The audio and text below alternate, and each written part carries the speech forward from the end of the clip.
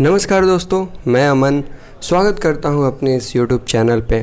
Friend, हम काफ़ी दिन बाद वीडियो अपलोड करना शुरू कर रहे हैं, तो इस बार एक नई एनर्जी और एक नई एक्साइटमेंट के साथ हम फिर से YouTube पे आ गए हैं।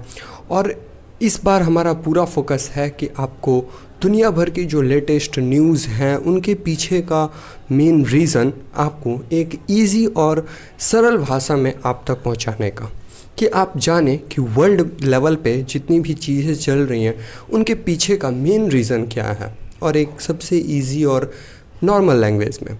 तो फ्रेंड, आज का हमारा टॉपिक है कि क्यों जो रशियन रूबल है, यानी कि जो रशियन करेंसी है, वो दिन पर दिन इतना स्ट्रॉन्ग होते जा रहा है।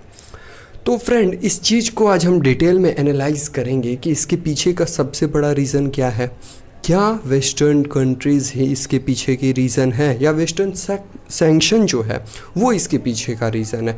तो इस चीज़ पे आज हम डिस्कस करेंगे और जानेंगे कि कैसे इंडियन करेंसी से भी ज़्यादा जो रशियन करेंसी है वो स्ट्रॉन्ग हो चुका है, बावजूद इसके कि वेस्टर्न कंट्रीज़ ने, यूएस ने, फ्रांस, जर्मनी और यूरोपियन यूनियन सब मिल के उन्होंने कितने सारे सैंक्शंस यूएस पे लगा चुके हैं। स्विफ्ट जैसा एक बड़ा सैंक्शन और इंपोर्ट एक्सपोर्ट का ढेर सारी चीज़ रशिया एक्सपोर्ट नहीं कर सकता, इंपोर्ट नहीं कर सकता। इतने सारी कंपनी जो है रशिया से मूव कर चुकी हैं, वो अपना सर्विस देना वहाँ पे बंद कर दी हैं। बावजूद इसके आज के डेट में मैं आपको स्क्रीन पे शो कर दूंगा कि क्या वैल्यू है रशियन रूबल का $1 के अकॉर्डिंग, और आप जान के हैरान होंगे कि आज के डेट में इंडियन करेंसी से भी ज़्यादा स्ट्रॉन्ग रशियन रूबल हो चुका है।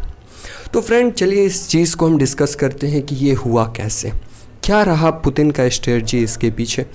तो फ्रेंड, जैसा कि आप जानते हैं कि रशिया जो है ऑयल और नेचुरल गैस का एक बहुत बड़ा उत्पादक है, और वो एक्सपोर्ट भी करता है।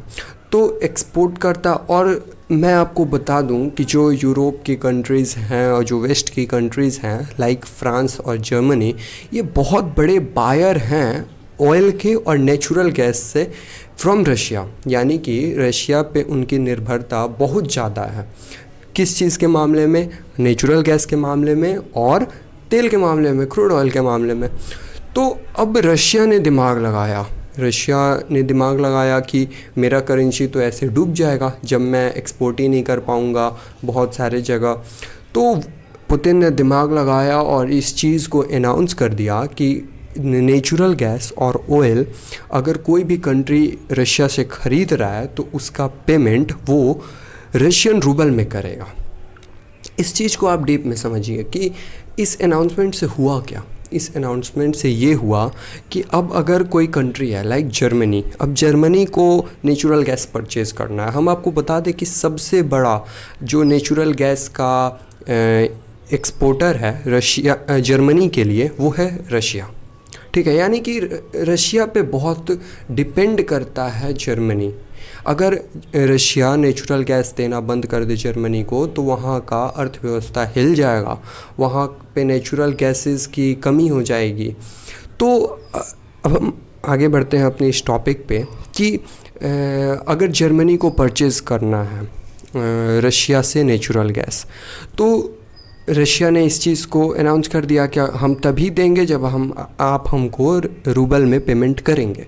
तो इस तरह का चीज़ आने से अब जर्मनी जो है वो क्या करेगा कि रूबल को परचेज़ करेगा। पहले रूबल को, उसके पास अगर अपनी करेंसी है या उसके पास जो यूएस डॉलर है, तो डॉलर से रूबल में रूबल को परचेज़ करेगा, और रूबल से को परचेज़ करने के बाद रशिया को वो पेमेंट करेगा रूबल में। तो इससे क्या हुआ कि जो रशियन करेंसी है रूबल, उसका मार्केट में डिमांड बढ़ा। डिमांड इसलिए बढ़ा क्योंकि जर्मनी है, फ्रांस है, और भी बहुत सारे जो वेस्टर्न कंट्रीज़ हैं जो ऑयल परचेज़ कर रहे हैं, नेचुरल गैस परचेज़ कर रहे हैं, तो वो पहले ऑयल नेचुरल गैस से पहले करेंसी परचेज़ करेंगे। करेंसी परचेज़ करने के बाद वो रशिया को पेमेंट करेंगे, देन रशिया उसको वो देगा। तो इससे क्या हुआ कि मार्केट में रशियन करेंसी का डिमांड बढ़ा। अब जहाँ पे डिमांड है तो उसका वैल्यू बढ़ा। तो इसीलिए दिन पर दिन जो रशियन करेंसी है वो यूएस डॉलर के अकॉर्डिंग इंडियन रुपीज़ कहिए या और भी किसी भी करेंसी से अगर आप कंपेयर करें तो वो स्ट्रांग होती जा रही है। सबसे बड़ा रीज़न ये है। लेकिन हम आपको ये बताते चले कि ये एक टेम्पररी सॉल्यूशन है, ये परमानेंट सॉल्यूशन नहीं है। जिस दिन वेस्टर्न कंट्रीज़ अपना निर्भरता कम कर ली रशिया पे, वो दूसरे कंट्रीज़ पे शिफ्ट हो गए, यूएस पे शिफ्ट हो गए, या और भी जो दूसरे कंट्री जो कि नेचुरल गैस या ऑयल सप्लाई कर देते हैं, तो उस टाइम पे अब रशियन करेंसी का वैल्यू गिरने लगेगा और फिर वो अपने सैंक्शंस के वजह से काफ़ी नीचे गिर सकता है। तो हम कह सकते हैं कि एक टेम्परेरी सॉल्यूशन अच्छा सॉल्यूशन है, जिसके वजह से कि रशियन करेंसी अभी मार्केट में टिका हुआ है। अदरवाइज़ इसका भी हालत पाकिस्तानी रुपी या और जैसे श्रीलंकन रुपी इन सब की तरह इसका भी हालत हो सकता था, लेकिन पुतिन के दिमाग के वजह से ये अभी तक टिका हुआ है। तो उम्मीद करता हूँ कि आप इस टॉपिक को अच्छे से समझ गए होंगे। मैं काफ़ी इजी लैंग्वेज में समझाने की कोशिश किया। अगर मैं कुछ गलत बोला तो आप प्लीज़ उसे कमेंट में बताएं, मैं ज़रूर रीड करूँगा। ठीक है, तो मिलते हैं फिर नेक्स्ट वीडियो में ऐसे ही कोई अजीब सा, अनोखा सा, नया ट्रेंडिंग में टॉपिक जिसको कि हम डिटेल में समझेंगे और जानेंगे कि ऐसा क्यों हो रहा है। मिलते हैं नेक्स्ट वीडियो में। Thank you.